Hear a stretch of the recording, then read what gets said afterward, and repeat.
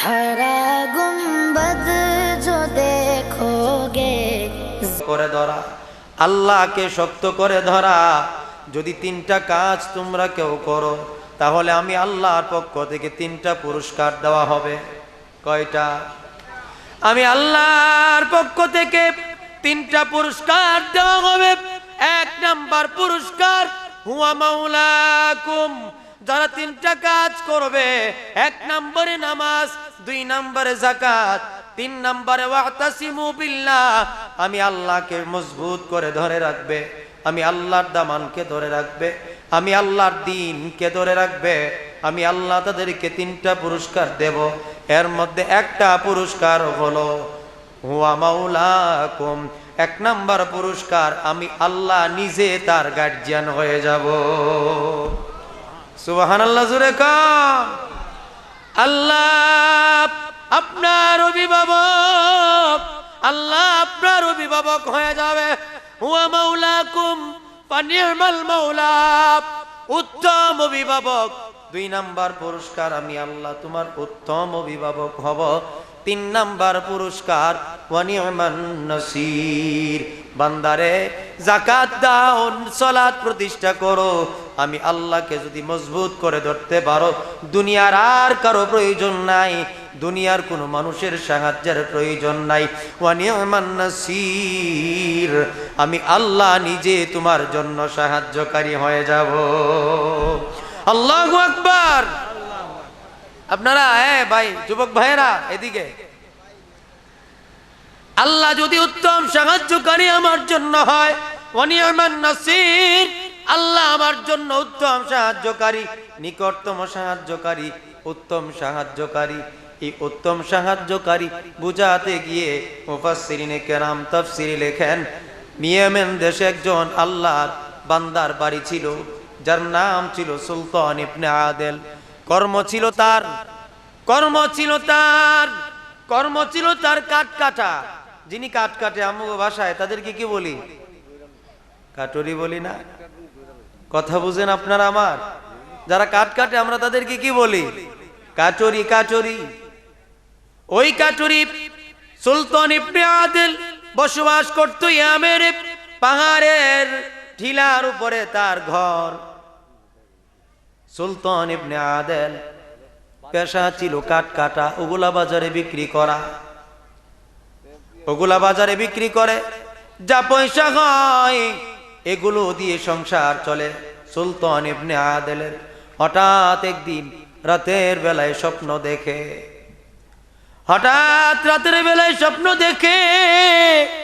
আল্লাহ ডাকে, সুলতান ইবনে আদেল দুনিয়াদারি আর নয়, তুমি চলে আসো, আমি রবের কাছে চলে আসো। সুবহানাল্লাহ বলে না?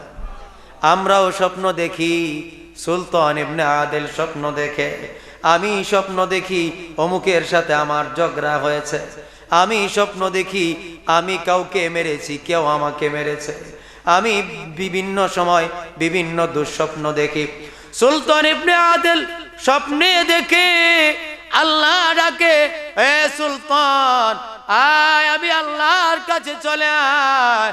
সুলতান ইবনে আদেল ঘুম থেকে জাগ্রত হয়, পাশে শুয়ে আছে বিবিটা, ডাক দিয়ে বলে, বিবি রে উঠ, আমি মনে হয় বাঁচবো না, পৃথিবী ছেড়ে আমার চলে যেতে হবে।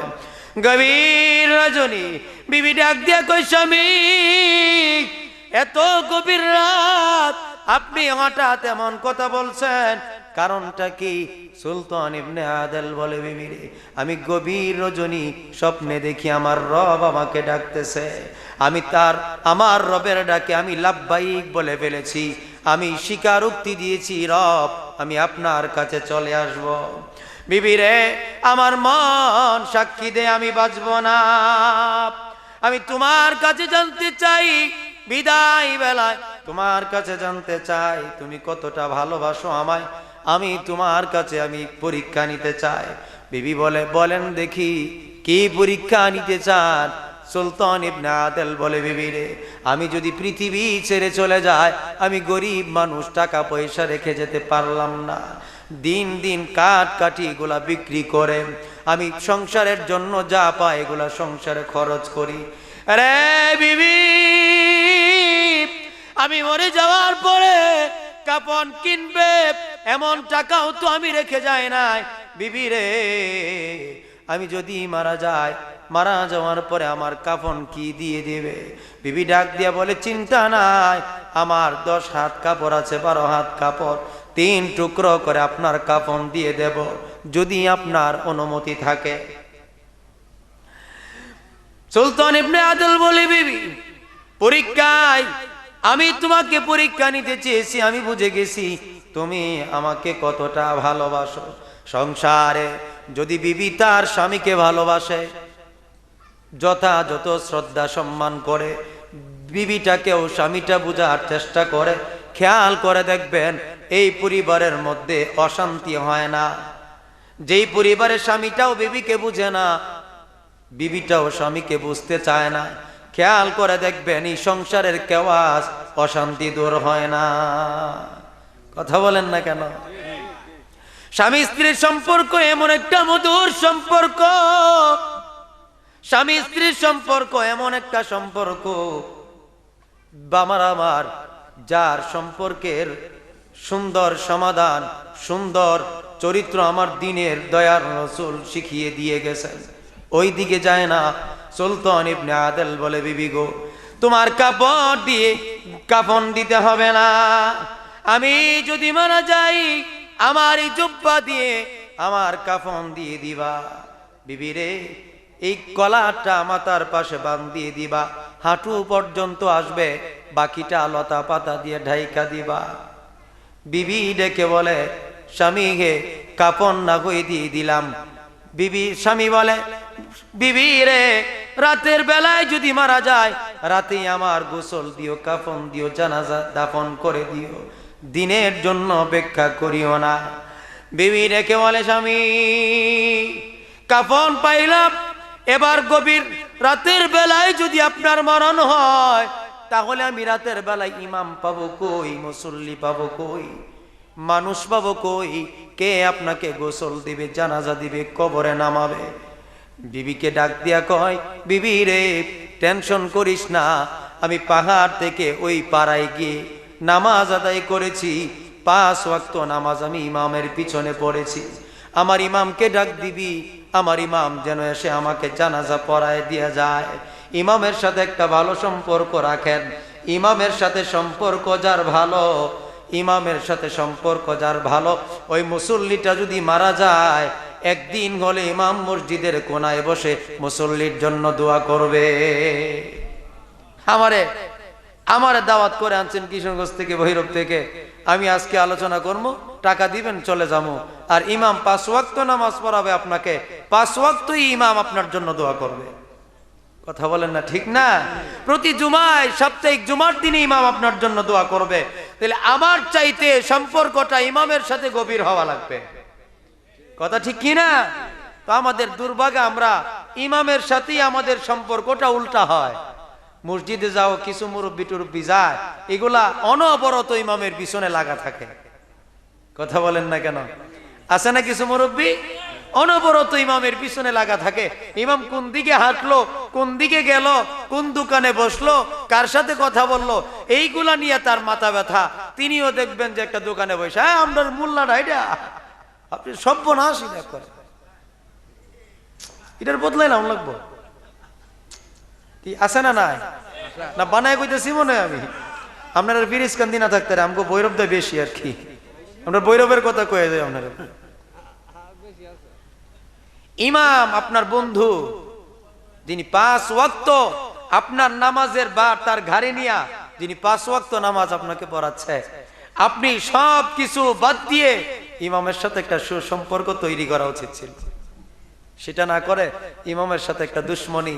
উনি একজন আলেম, নাইবে নবী, উনি একজন দ্বীনের ধারক, উনি একজন দ্বীনের বাহক, ওনার সাথে আপনি শত্রুতা পোষণ করছেন, আর অপর পাড়ার ইমামের সাথে আপনি বন্ধুত্ব বজায় রাখতেছেন। এটা তো হয় না। উনিও ইমাম, তিনিও ইমাম, একজনের সাথে দুশ্মনী, আরেকজনের সাথে বন্ধুত্ব, এটা হয় না। সুলতান ইবনে আদল ডেকে বলে, বিবি আমার ইমামকে ডাক দিবি, ইমাম সাহেব এসে আমাকে জানাজা দিবে, মুসল্লি নিয়ে আসবে। বিবি ডাক দিয়া কই, রাত্রে যদি ইমাম সাহেব আসতে না চায়, পাহাড়ি এলাকা ইমাম যদি না আসে, তাইলে আমার দুইটা সন্তানকে দুই হাতে ধরবি, পাহাড়ের টিলার উপরে দাঁড়াইবি, দাঁড়ে আল্লাহকে বলবি, ইয়া রাব কদ মাতা সুলতান ইবনে আদেল। আল্লাহ, আমার স্বামী সুলতান ইন্তেকাল করেছে, আমার স্বামী পৃথিবী থেকে চলে গেছে, আমার স্বামীর জন্য ইমাম আসলো না, মুসল্লি আসলো না, জানাজার ব্যবস্থা হইল না। আমার স্বামী বলেছে রাতের বেলায় দাফন করে দিতে। আল্লাহ, কেউ তো নাই, জানাজা কে দিবে, দাফন কে করবে? আল্লাহ, আমার স্বামীর জন্য আসমান থেকে কুদরতি ভাবে জানাজার ব্যবস্থা করে দাও। আরে যিনি আল্লাহর হয়ে যায়, আল্লাহ তার হয়ে যায়। শুধু এই নয়, আল্লাহ বলে মাল্লাহুল মাওলা ফালাহুল কুল, যে বান্দাটা আমার হয়ে যায়, আমি আল্লাহ তামাম দুনিয়াটাকে তার কদমের গোলাম বানায়া দেই। তামাম দুনিয়া তার কদমের গোলাম হয়। কি বুঝেন আপনারা? আল্লাহর ওলিদের ব্যাপারে বিভিন্ন সময় বিভিন্ন মোটিভেশনাল বক্তাদের মুখ থেকে শোনা যায়, পীর মুরিদি নাই, তারাই তো ইয়া নফসি, যেখানে নবীরা পর্যন্ত ইয়া নফসি করব, তারা কিভাবে মুরিদ লয়া এন আজাইরা এটা পীর মুরিদি অযথা। নাউজুবিল্লাহ বললেন না? আল্লাহ বলে মাল্লাহুল মাওলা ফালাহুল কুল, যিনি আমার হয় তামাম দুনিয়া তার হয়। এরপরে বলে ওয়ানিমান নাসির, তুমি যদি আমার হও, আমি আল্লাহ তোমার জন্য সাহায্যকারী হয়ে যাব। কেমনে সাহায্য করবা আল্লাহ? বলে শাহজালালের দিকে তাকাও, সুরমা নদীর কিনারায় গিয়ে দেখে নৌকা নাই। আমি বললাম লা খাউফুন আলাইহিম ওয়ালা হুম ইয়াহজানুন, শাহজালাল রে, তোমার কিসের ভয়, তোমার কিসের চিন্তা? আমি আল্লাহ তোমার পাশে আছি। যাই নামাজটা পানিতে ছেড়ে দাও, আমি আল্লাহই যাই নামাজকে নৌকা বানায় দেব। কি কথা মিথ্যা বললাম মনে হয়? আপনারা শুনেন নাই? আপনারা শুনেন নাই? শাহজালাল ইয়ামানি মুজাররাদি, যিনি যাই নামাজ বিছিয়ে সুরমা পাড়ি দিয়েছেন, শুনেন নাই? হযরতে আমানত শাহ আমানত রাহমাতুল্লাহ আলাইহি, যিনি তারি রুমালকে শামপান বানিয়েছিলেন, সুবহানাল্লাহ বলে না? শামপান বানিয়ে একদিন এক রাতের পথ, যিনি কয়েক মিনিটের ব্যবধানে মানুষকে আসা যাওয়া করিয়েছেন, মামলায় জিতিয়েছেন, উনি শাহ আমানত। আল্লাহর ওলিদের ভয় নাই, কারণ আল্লাহর ওলিরা যেখানে ঠেকে যায়, আল্লাহ বলে সেখানে আমি সাহায্য করি। আল্লাহর ওলিদেরকে বিজয়ের মালা তাদের গলায় পরায়া দেই। সুলতান ইবনে আদেল বলে, বিবি রে, এইটুকু পারবানি? বিবি বলে, পারবো। কথাগুলো বলতে বলতে সুলতান ইবনে আদেল পৃথিবী থেকে শেষ নিঃশ্বাস ত্যাগ করে চলে যায়। বাচ্চা দুইটা কান্দে, বিবিটাও স্বামীর বিচ্ছেদে কান্না আরম্ভ করে দিয়েছে। বাচ্চাগুলো বলে, মা রে মা, বাবা চলে গেল, এখন কে জানাজা দিবে? কে আমার বাবার লাশের কাফন পরাবে? কে গো খাটিয়া বহন করবে? কে আমার বাবাকে দাফন করবে? কে কবর করবে? কে আমার বাবাকে দাফন করবে? বাচ্চার মা বলে, বাবারা চিন্তা করিস না, তোদের বাবা আমাকে রাস্তা দেখিয়ে দিয়ে গেছে, যাও পাহাড়ের ওই পাশে গিয়ে দেখো, একটা মহল্লা আছে, ওইখানে তোমার বাবা ওই মসজিদে নামাজ আদায় করত, ইমামকে ডাক দাও, তিনি আসবে, তিনি এসে তোমার বাবার জানাজা দিবে, কাফন দাফনের ব্যবস্থা করবে। বাচ্চাগুলো গভীর রজনীতে ওই ইমামের কাছে গিয়ে বলে, আসসালামু আলাইকুম হুজুর, আমার আব্বা ছিল আপনার এই মসজিদের মুসল্লি। খারাপ লাগতেছে আপনাদের? খারাপ লাগে? আল্লাহুম্মা সাল্লি আলা, পরবারে বার বলেন আল্লাহুম্মা, পড়েন না সবাই বাবা? দরুদে পাগল গইলে করবে নবী পার, বলো দরুদে পাক করবে নবী পার। আল্লাহুম্মা বলেন আল্লাহুম্মা দরদ বানাও গলার মালা, দূর হবে তোর ভবের জ্বালা। দরদ বানাও গলার মালা, দূর হবে তোর ভবের জ্বালা। ঘুমের ঘরে হইবে তোর মুস্তাফার দিদার, ঘুমের ঘরে হইবে তোর মুস্তাফার দিদার।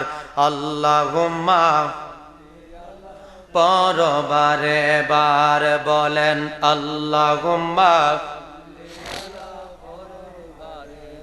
বাচ্চাগুলো ইমামকে রেখে বলে, হুজুর আমাদের পিতা পৃথিবী ছেড়ে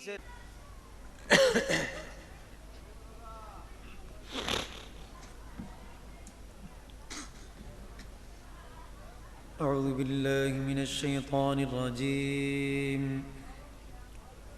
بسم الله الرحمن الرحيم. الحمد لله رب العالمين، والعاقبة للمتقين، والصلاة والسلام على سيد المرسلين وعلى آله وأصحابه أجمعين. أما بعد، فقد قال الله تعالى في كلامه المجيد: فأقيموا الصلاة وآتوا الزكاة واعتصموا بالله هو مولاكم فنعم المولى ونعم النصير. وقال تعالى في شان رسوله الكريم: إن الله وملائكته يصلون على النبي يا أيها الذين آمنوا صلوا عليه وسلموا تسليما. اللهم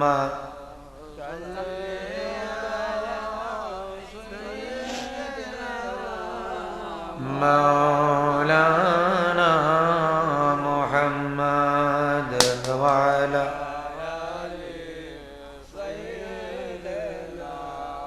مولانا। সকলে গলার আওয়াজটুকু ছেড়ে দিয়ে মনোভাব এরকম নিন, আমি বসে আছি, আমার সামনে আমার দয়াল নবী বসে আছেন। আমি নবীজিকে সামনে বসিয়ে, আমি নবীজির সামনে বসে বসে দুরূদ পড়তেছি, আর আমার পাশে বসে বসে আমার নবী দুরূদ শুনতেছে। এরকম একটা নিয়ত নিয়ে আওয়াজ ছেড়ে দিয়ে মহব্বতে নবীর দুরূদ পড়ি। আল্লাহুম্মা মাশাআল্লাহ। মাওলানা মুহাম্মদ ওয়া আলা সাইয়্যিদিনা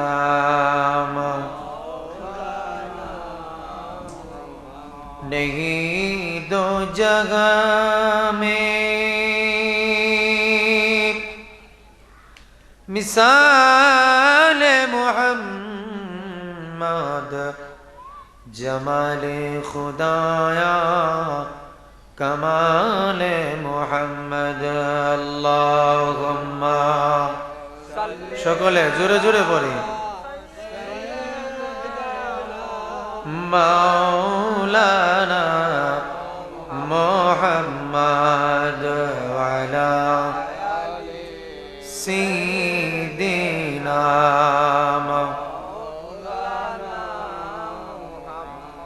লক্ষ কোটি সালাম জানাই ওই নবীজির কদমে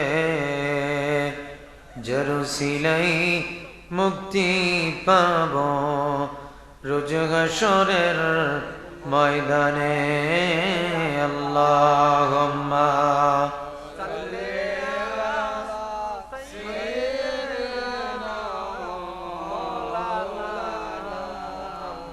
মুহাম্মাদ ওয়া আলা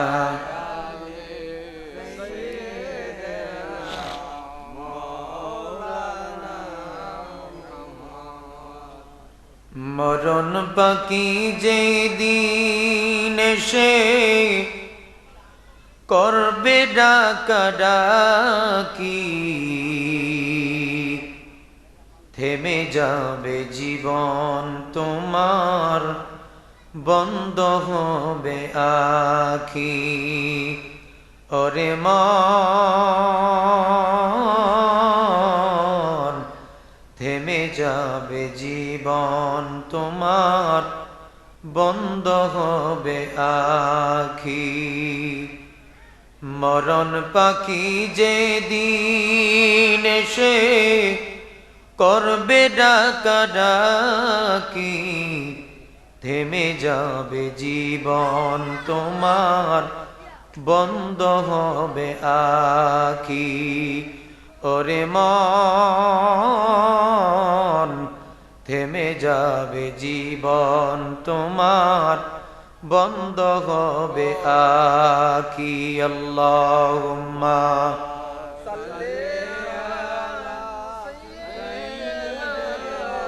মাওলানা মুহাম্মদ ওয়া আলা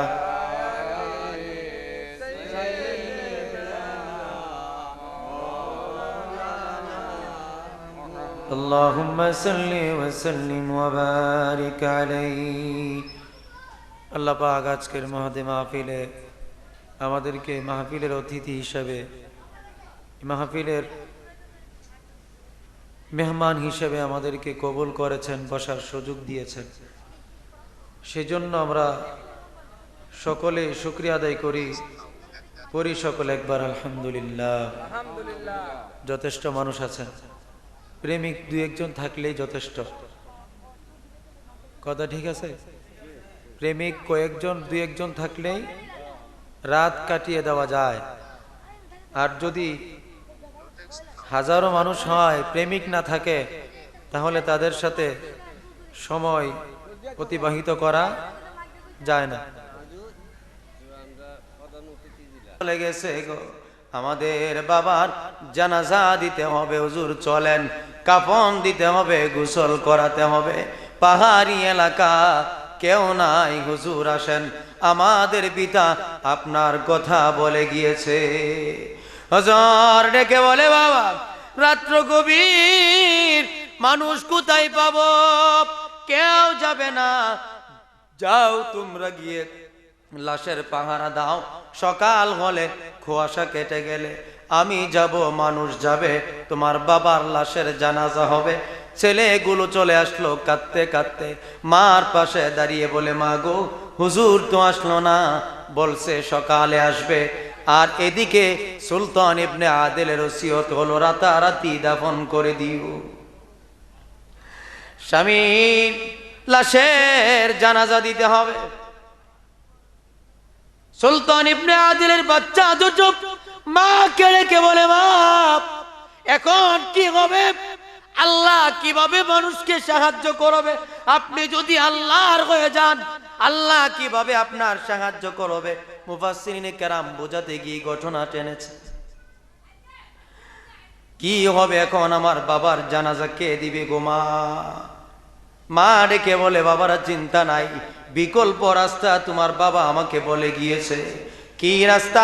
দুইটা সন্তানকে হাতে ধরে পাহাড়ের টিলায় দাঁড়িয়ে ওই মহিলা বলতেছিল, ইয়া রব সুলতান ইবনে আদেল, আল্লাহ আমার স্বামী চলে গিয়েছে, আমার স্বামীর জিন্দেগির দুরাকাত নামাজ যদি কবুল হয়ে থাকে রে, আমার স্বামীর 2 রাকাত নামাজের বিনিময়ে আমার স্বামীর লাশের জানাজার ব্যবস্থা কুদরতিভাবে করে দাও। এই কথা বলে মহিলা স্বামীর লাশের পাশে বসে আছে, বাচ্চাগুলো দুইটা বসা। ওইদিকে বাগদাদের জমিনে একটা লোক গেছে জুনায়েদ বাগদাদির কাছে। সুলতান ইবনে আদেল ইন্তেকাল করেছে ইয়েমেন, আর বাগদাদের কাছে জুনায়েদ বাগদাদির কাছে একটা লোক গিয়া বলে, জুনায়েদ বাগদাদি আপনার এখন এক জায়গায় যেতে হবে। বলে কোথায়? বলে আপনার এখন ইয়েমেন যেতে হবে। বলে যাব। তুমি কি জানো বাগদাদ থেকে ইয়েমেনের দূরত্ব কতটুকু? বলে কতটুকু? এই বাগদাদের জমিন থেকে ইয়েমেনের দূরত্ব হলো 2500 কিলোমিটার। সুবহানাল্লাহ, জোরে বলে। এই বাগদাদ থেকে ইয়েমেন 2500 কিলোমিটারের দূরত্বের পথ। কিভাবে যাব? রাতারাতি আমি কিভাবে যাব ওখানে? বলে তুমি কে সংবাদ নিয়ে আসছো? ইয়েমেনের সংবাদ। বলে আমি মানুষ নয়, মানুষ রূপী ফেরেশতা। আল্লাহ আমাকে পাঠাইছে আপনার কাছে। ওইখানে আল্লাহর একজন বান্দা ইন্তেকাল করেছে, ওখানে আপনার যেতে হবে, কাফন দিতে হবে, জানাজা দিয়ে লাশ দাফন করতে হবে। বলে আমি কিভাবে যাব? আল্লাহ তোমাকে পাঠাইছে, আল্লাহকে একটু বলো না একটা বাইপাস রাস্তার ব্যবস্থা করে দিতে, যেখানে আমি কয়েক মিনিটের ব্যবধানে পৌঁছে যেতে পারবো। ফেরেশতা আল্লাহকে বলে, আল্লাহ জুনায়েদ বাগদাদি যেতে চায়, কিন্তু কিভাবে যাবে? 2500 কিলোমিটারের দূরত্ব বাগদাদ থেকে ইয়েমেন, কিভাবে যাবে? আপনি রাস্তার ব্যবস্থা করে দেন, মুহূর্তের মধ্যে যেন পৌঁছাতে পারে। আল্লাহ বলে, ফেরেশতা যা, ওরা দিয়ে যা।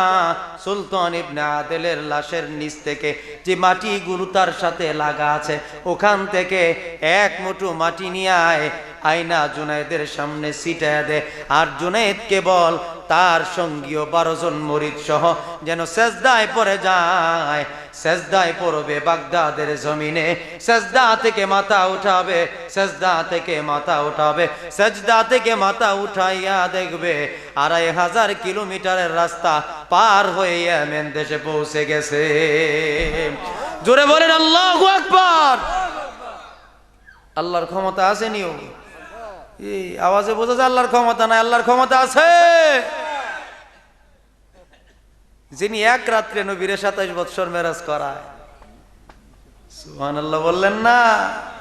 রাত্র কয়টা? একটা। বৎসর গেল কয়টা? 27 বৎসর। পৃথিবী যেমন ছিল এমনই আছে, যেগুলো যেখানে ছিল সেখানেই আছে, মাঝখানে চলে গেল 27 বৎসর। যিনি এক রাত্রে সামান্য সময়ে 27 বৎসর মেরাজ করাইতে পারে, তিনি 1 মিনিটে বাগদাদ থেকে ইয়েমেনও পৌঁছাইতে পারে। কথা বলেন ঠিক কিনা? ফেরেশতা লাশের নিচ থেকে বাঁচিয়ে আনে, জুনায়েদের কাছে সামনে ছিটা দেয়। 12 জন মুরিদ নিয়ে জুনায়েদ বাগদাদি সেজদায় পড়ে যায়। সুবহানা রাব্বিয়াল আ'লা, সুবহানা রাব্বিয়াল আ'লা, সুবহানা রাব্বিয়াল আ'লা। সেজদায় গিয়ে সেজদার তাসবিহগুলো আদায় করে 3 বার। জুনায়েদ বাগদাদি সেজদা থেকে মাথা উঠাইছে, মাথা উঠায় দেখে ছিল বাগদাদ এখন 2500 কিলোমিটারের রাস্তা পানি দিয়ে এই 1 মিনিটের ব্যবধানে ইয়েমেন চলে আসছে। খারাপ লাগে মুরব্বী? কথা বলেন না, কথা বলেন না। খারাপ লাগে?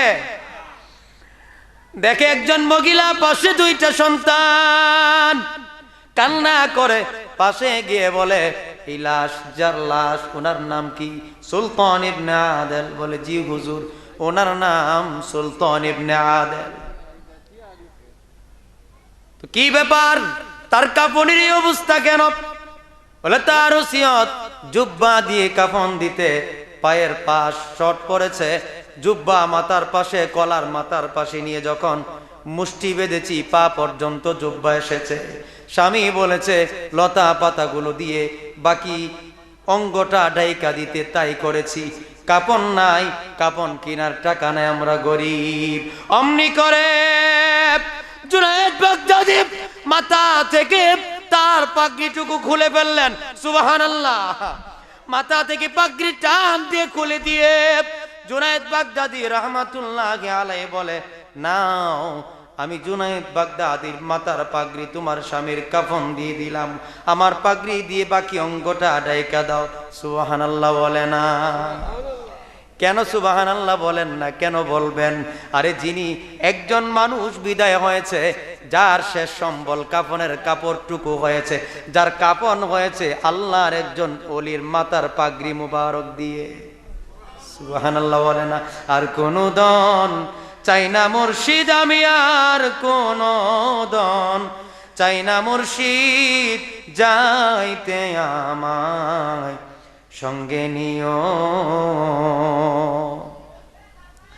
জুনায়েদ বাগদাদি রাহমাতুল্লাহি আলাইহি মাথার পাগড়ি খুলে দিলেন, সঙ্গে 12 জন মুরিদ, তিনারাও বলেন, হুজুর আপনার মাথার পাগড়ি খুলে ফেলেছেন, আমাদেরটা রাইখা লাভ কি? তারাও টান দিয়ে খুলে ফেললেন। এতক্ষণ কাফন ছিল না, কাফনের অভাবে লতা পাতা দিয়ে পা ঢাইকা রেখেছে, আর এখন আল্লাহর ওলিদের মাথার পাগড়ি তার কাফন হয়ে গিয়েছে। আল্লাহ বলে, বান্দা সালাত, যাকাত, ওয়াতাসিমু বিল্লাহ, যদি 3টা কাজ করতে পারো আমি আল্লাহ তোমার সাহায্যকারী হব। যেখানে কেউ নাই সেখানে আমি আল্লাহ তোমার জন্য সাহায্যকারী। এতক্ষণ কাফন ছিল না, এখন আল্লাহর ওলিদের মাথার পাগড়ি দিয়া কাফনের ব্যবস্থা করে দিয়েছেন কে? আরো জোরে বলেন কে? এ আল্লাহ আসেনিও? পাওয়ার কিছু কমছে? আল্লাহ রাব্বুল আলামিন আল্লাহর ওলি পাঠিয়ে দিছে। এবার কাফন হলো, আর আল্লাহর ওলি বলে, দাঁড়াও, জানাজার কাতার হয়ে গেল। আল্লাহর ওলি জানাজার ইমামতি করবে। এই মুহূর্তে যখন নিয়ত করবে, হাত উঠালেন, আল্লাহু আকবার বলবেন। এই মুহূর্তে জুনায়েদ বাগদাদি রাহমাতুল্লাহি আলাইহি ডেকে বলে, আমি যখন বললাম আল্লাহু আকবার বলবো, হাতটুকু উঠালাম, তখন পিছন দিক থেকে আমার হাতের মধ্যে কে যেন খপ করে ধরলো। বলে, জুনায়েদ রে, জানাজার সময় হয় নাই, জানাজার সময় আরো দেরি আছে, জানাজার সময় হয় নাই রে, জানাজার সময় আরো দেরি হবে। জুনায়েদ বাগদাদি বলে, আমি পিছনের দিকে তাকালাম, তাকায় দেখি লম্বা একজন মানুষ, মাথায় পাগড়ি পরা, ডান হাতে একটা চামড়ার ব্যাগ, বাম হাতে একটা লাঠি। তিনি বলে, জানাজার সময় হয় নাই, এই নাও ব্যাগটা ধরো, এই ব্যাগটার ভিতরে এই লাশের মাপে মাপে কাফন কাটা আছে 3 টুকরা। সুবহানাল্লাহ। এই ব্যাগের ভিতরে লাশের মাপে মাপে 3 টুকরা কাফন কাটা আছে, ওগুলো পরাও, ওগুলো পরাইলে লাশের জানাজা হবে। জুনায়েদ বাগদাদি রাহমাতুল্লাহ আলাইহি বলে, ওই লোক আগন্তুক বলে, এই কাপড়টুকু তার জন্য আল্লাহর কুদরতি ভাবে ব্যবস্থা করে দেওয়া হয়েছে, এগুলো পরাও, জানাজার ব্যবস্থা হবে। তো কাফন তো পরানো হয়েছে।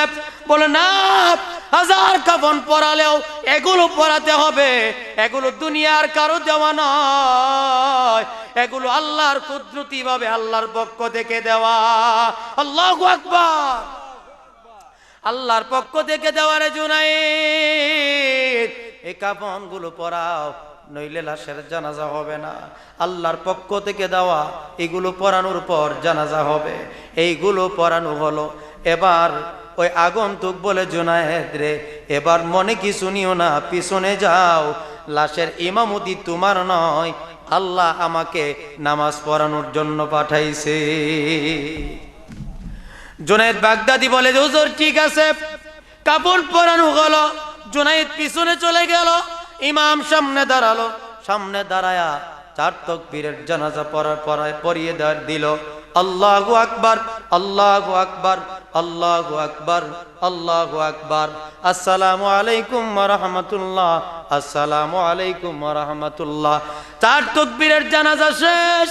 এবার জুনায়েদ বাগদাদির কাছে চামড়ার ব্যাগটা দিয়ে বলে, জুনায়েদ রে, এই চামড়ার ব্যাগটা রাখো, এই ব্যাগের ভিতর থেকে যে কাফন বের করেছো এই ব্যাগটা তোমার কাছে রাখো রে। এই ব্যাগের ভিতরে 12,000 স্বর্ণ মুদ্রা রয়েছে। সুবহানাল্লাহ বলে না? 12,000 স্বর্ণ মুদ্রা ব্যাগের ভিতরে রয়েছে। তুমি যখন যাইবা তোমার কাজ এই লাশকে দাফন করবা, মুরিদ গুলাকে নিয়ে যাওয়ার সময় ব্যাগটা এই ব্যক্তির বিবির কাছে দিয়া যাইবা। এই বিবির কাছে দিয়া বলবা এর ভিতরে 12,000 স্বর্ণের টাকা স্বর্ণ মুদ্রা রয়েছে, বিসমিল্লাহ বলে এই ব্যাগ থেকে টাকা বের করবে। কোনোদিন যেন টাকাগুলো মাটিতে না ঢালে, কোনোদিন যেন টাকাগুলো মাটিতে না ঢালে। যখনই প্রয়োজন হবে এই ব্যাগ থেকে বিসমিল্লাহ বলে টাকা বের করবে, বলে দিয়ে যাবে।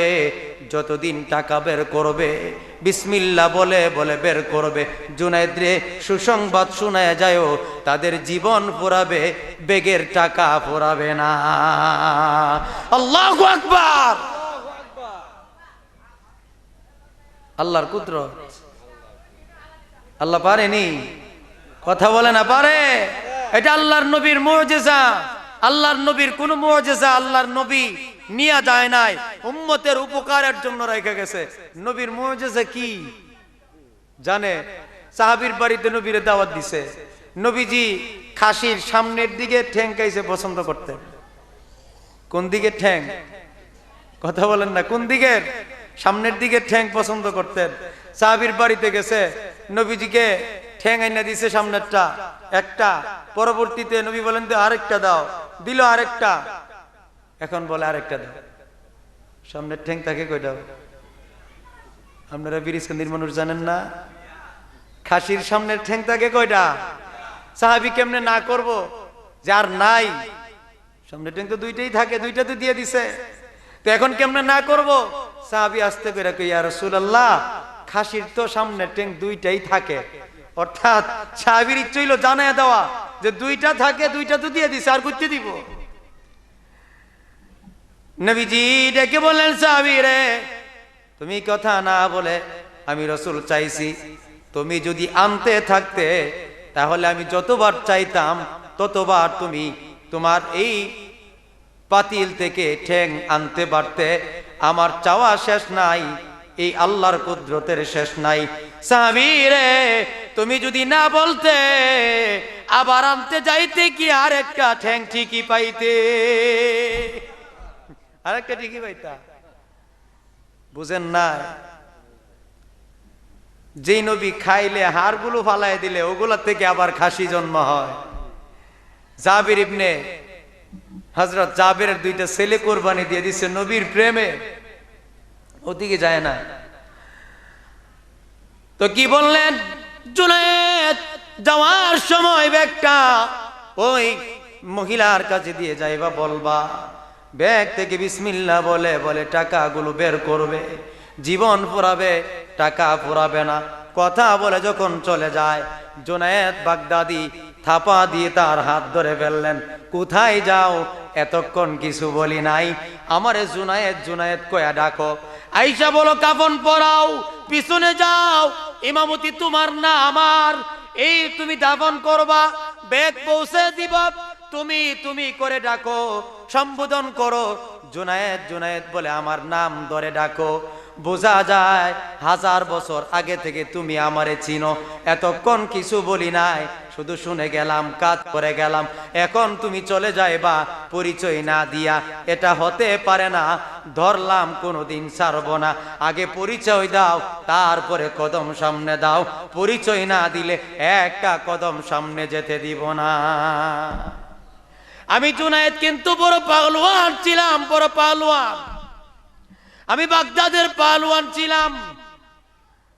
আমার কাছ থেকে ছুটে যাবে এমন বীর পুরুষ ছিল না।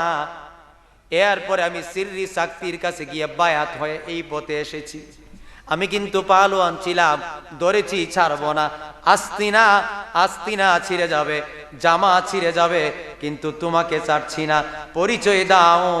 ওই ব্যক্তি বলে জুনায়েদ রে পরিচয় চাইও না, আমার কাছে জোরাজোরি করিও না, লোকালয়ে সব জায়গায় যেখানে সেখানে আমার পরিচয় দেওয়া নিষেধ।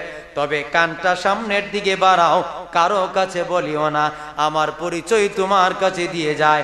জুনায়েদ বাগদাদী রাহমাতুল্লাহি আলাইহি কান সামনে বাড়ালেন, আল্লাহর ওলির কানে কানে ওই লোকটার পরিচয় দেয়, জুনায়েদ রে কারো কাছে কইও না, আমার জগতের মানুষ হযরতে খিজির আলাইহিস সালাম কয়া ডাকে। সুবহানাল্লাহ। খিজির আলাইহিস সালাম নাম শুনছেন তো আপনারা? থাকে কোন দেশে? পানির নিচে। কোন দেশে থাকে? আপনারা নাম শুনেন নাই মনে জীবন? হযরত খিজির ডেকে বলে, জুনায়েদ রে আমারে মানুষ খিজির আলাইহিস সালাম কয়া ডাকে। কথা বলে খিজির আলাইহিস সালাম বললেন, আমি চলে যাই। বলে, হুজুর বেয়াদবি ক্ষমা করবেন, আমি আপনার আস্তিনা টান দিয়ে ধরেছি, আপনার সাথে হযরত মূসা নবী থাকতে পারে নাই, হুজুর মাফ করবেন। আরেকটা প্রশ্নের জবাব আপনি দিবেন। বলে কি? আমি আমার 12 জন মুরিদ, 13 জন, 2টা ছেলে, 15 জন মানুষ আমরা আস্তে করে জানাজার তাকবীর গুলো দিলেও হতো, হুজুর এত জোরে জোরে তাকবীর দিয়েছেন যেন হাজারো লক্ষ মানুষ জানাজায় শরীক হয়েছে। হুজুর তাকবীর গুলা এত জোরে জোরে দেওয়ার কারণ কি ছিল? হুজুর ডেকে বলে, জুনায়েদ তুমি কি দেখো নাই? ও জুনায়েদ, তাকবীর গুলো জোরে দেওয়ার কারণ হলো তুমি দেখো নাই, আমি দেখেছি। আমি যখন ইমামতির জন্য দাঁড়াইলাম, আমি তাকায়া দেখেছি আসমান থেকে 12 লক্ষ ফেরেশতা আমার পিছনে জানাজায় শরীক হয়েছে। আল্লাহু আকবার। আপনার মনে খারাপ লাগে না? যাইতেছেন গাদি? কি ব্যাপার? প্রধান অতিথির বস্তু শুনবেন?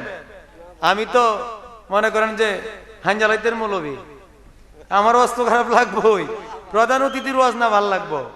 কারণ ভালো জিনিস তো পরে আয়, ভালো জিনিস পরে আয় না তো, প্রধান অতিথির ওয়াজটা তো অন্তত শুনে যাবে। আর হঠাৎ নতুন এক জায়গায় আসলে আপনাদের এলাকার মানুষ কোন কোন খাওয়ান পছন্দ করেন এটা তো আর আমরা জানি না, প্রথম তো এলাকায় নতুন।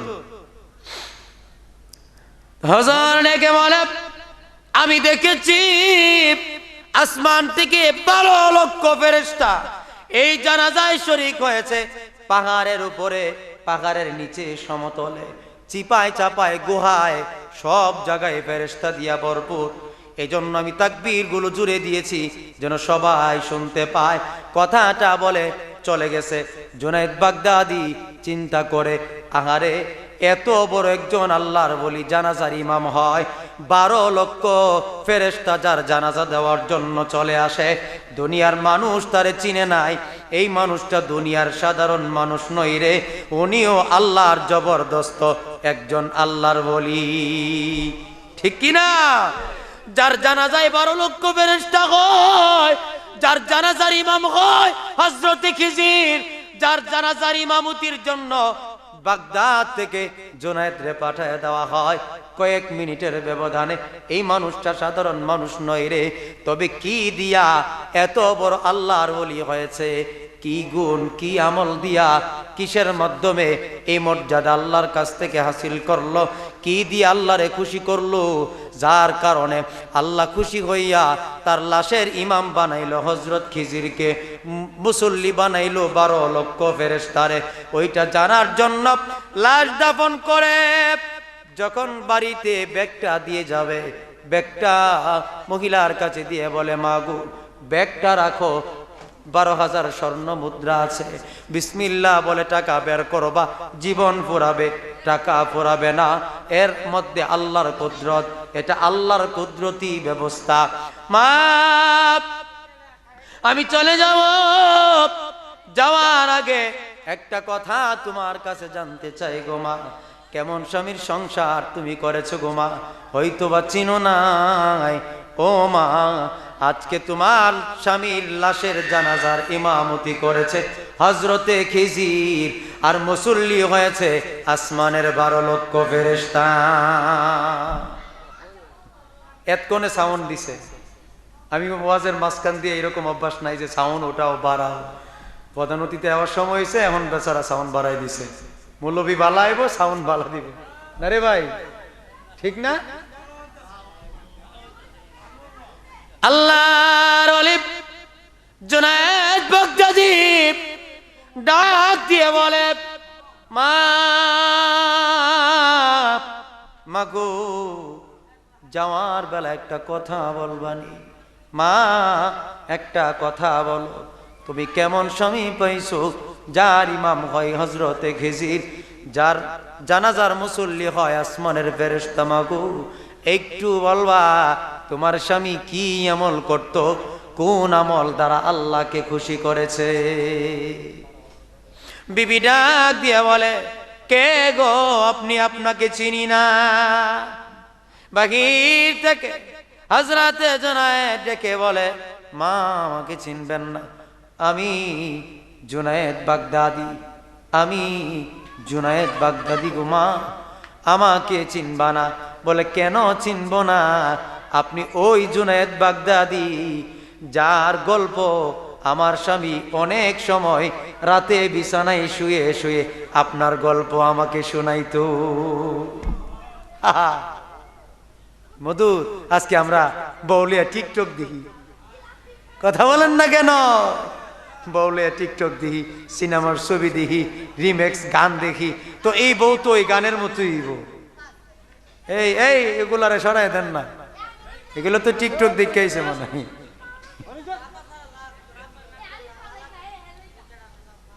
স্বামী অজুনায়েদ বাবা জুন্নুন মিশরীর গল্প আমার স্বামী আমার রাতের বেলায় আমারে শুয়ে শুয়ে শোনাইতো। আব্দুল কাদের জিলানির গল্প শোনাইতো, আপনি জুনায়েদ বাগদাদীর গল্প শোনাইতো, সিররি সাক্তির গল্প শোনাইতো, রহমাতুল লিল আলামিনের হাদিস আমাকে শোনাইতো, বিভিন্ন ওলিদের গল্প আমারে শুয়ে শুয়ে রাতের বেলায় শোনাইতো। কেন চিনব না? বহুদিন আপনার গল্প আমার স্বামীর জবান থেকে শুনেছি। বলেন দেখি আপনি কি শুনতে চান?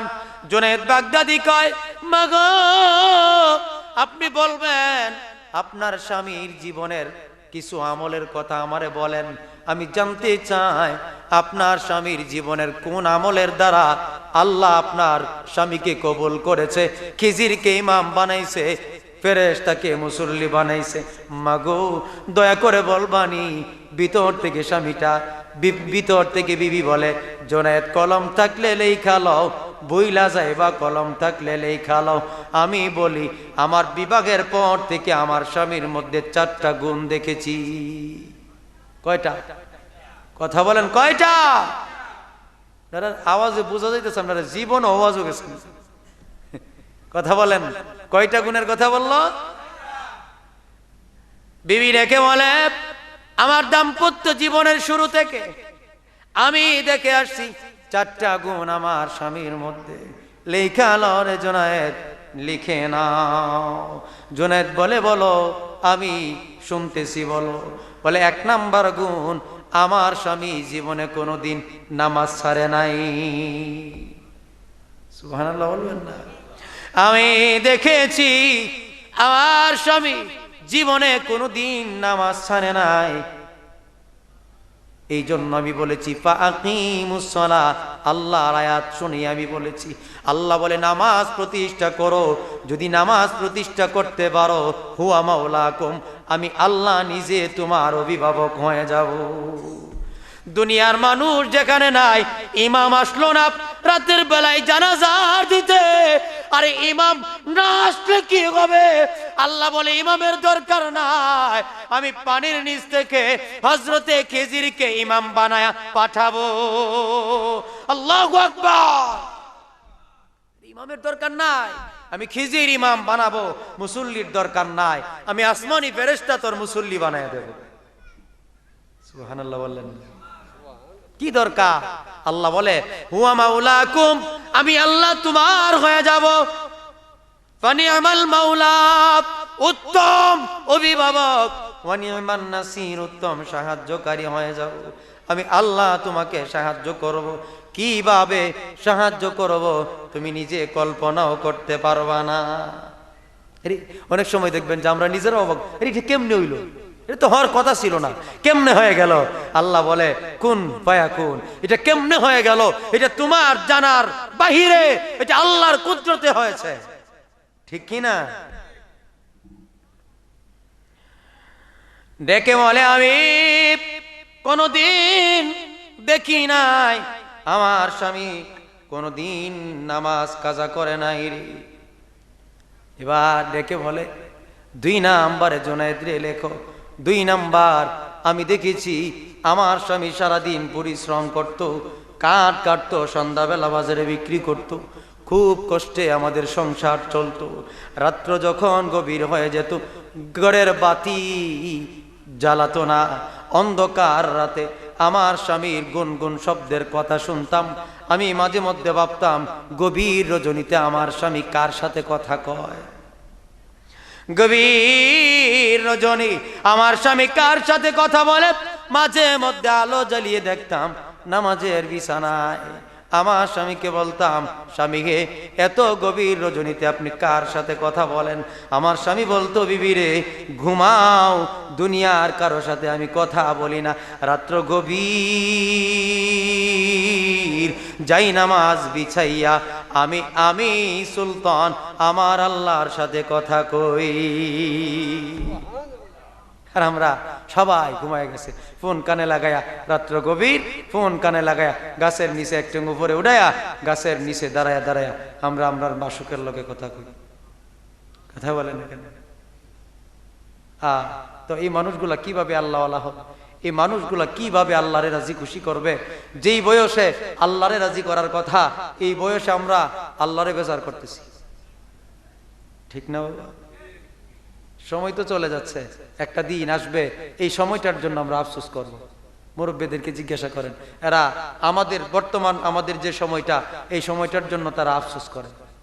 এখন আর তাদের চরণ চলে না, চোখে দেখে না, কানে আর আগের মতো চলিতে চরণ চলে না, দিনে দিনে অবশ হয়, আগের বাগাদুরি এখন গেল কই।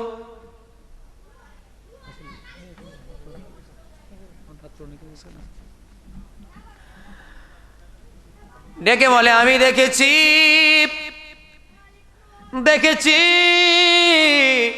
আমার স্বামী গভীর রজনীতে তাহাজ্জুদের নামাজে দাঁড়িয়ে যেত। 3 নাম্বার আমি দেখেছি আমার স্বামী কোরআনের তিলাওয়াত করত, কোরআনের তিলাওয়াত। আমাদের মাঝে এখন কোরআনের তিলাওয়াতও নাই। যেই সময়টার মধ্যে আমাদের বাচ্চাগুলোকে মক্তবে পাঠানো হতো, ওই সময়টার মধ্যে এখন কিন্টার গার্ডেন খুলে দিয়েছে। কোরআন শিক্ষা বন্ধ হয়ে যাচ্ছে বাবা, আস্তে আস্তে মক্তবগুলো কেমন জানি বন্ধ হয়ে যাচ্ছে। ডাক দিয়া বলে, জুনায়েদ রে, আমি দেখেছি আমার স্বামী কোরআন তিলাওয়াত করতো আর বলতো, বিবি রে কোরআন তিলাওয়াত আফজাল জিকির, সর্বোত্তম জিকির হলো আল্লাহর কোরআনের তিলাওয়াত। জুনায়েদ রে কোরআনটা খুলে দেখো, ওই কোরআনের পাতায় পাতা সাক্ষী দেবে, পাতায় পাতায় সাক্ষী আছে। কিভাবে সাক্ষী? বলে কোরআন নিয়ে যখন আমার স্বামী তিলাওয়াত করত, আমার স্বামী কাঁদতো, চোখের পানি দিয়ে কোরআনের পাতাগুলো ভিজে যাইত। ওই চোখের পানির দাগ আজও কোরআনে রয়েছে। আমার স্বামীর 4 নাম্বার গুণ, আমার স্বামীর 4 নাম্বার গুণ হলো, আমার স্বামী হালাল রিজিক ছাড়া পেটের ভিতরে ঢুকাইতো না। হালাল খাইতো, হালাল যা পাইতো তাই খাইতো না, পরেরটা নষ্ট করে পেটে ঢুকাইতো না, এতিমের মাল মারতো না। আজকাল আমরা দেখেছি, আমাদের নিজের চোখে দেখেছি, আমাদের নিজের চোখে এমনটাও দেখেছি, নেতারা লারি বিড়ির টাকা পর্যন্ত খাইছে, এতিমের টাকা তো খাইছে। ওই যে সরকারি লিলিপের মাল আসছে, ওইগুলা গরিবের জন্য, এগুলা তাদেরকে না দিয়া বিক্রি কইরা তারা খাইছে। কথা বলেন না কেন? না বাবা না, আল্লাহরে রাজি করা এত সহজ নয়। আবার সহজ, আপনার জীবনটা কষ্ট হলেও হালাল ভাবে যদি জীবনটা পরিচালনা করতে পারেন। আল্লাহ পাক বলে, ইন্নাল্লাযীনা ক্বালু রাব্বুনাল্লাহু সুম্মা ইসতাকামু। আল্লাহ ওই সমস্ত বান্দারা যারা বলবে ইন্নাল্লাযীনা ক্বালু রাব্বুনাল্লাহ, যারা বলবে আমার রব আল্লাহ, আমার রব আল্লাহ, এবং আল্লাহর পথে জীবনটাকে পরিচালনা করবে, জীবনের অন্তিম সময়টা যখন চলে আসবে, তাতানাজ্জালু আলাইহিমুল মালাইকা, তাদের কাছে আসমান থেকে ফেরেশতা আসবে, ফেরেশতা, সুবহানাল্লাহ কয় না? তাদের কাছে আসমান থেকে ফেরেশতা আসবে, এসে বলবে ওয়ালা আল্লাহ তাখাফু, আল্লাহ তাখাফু ওয়ালা তাহজানু, বান্দা ভয় পায়ো না, চিন্তিত হইও না, ভয় পায়ো না, চিন্তিত হইও না।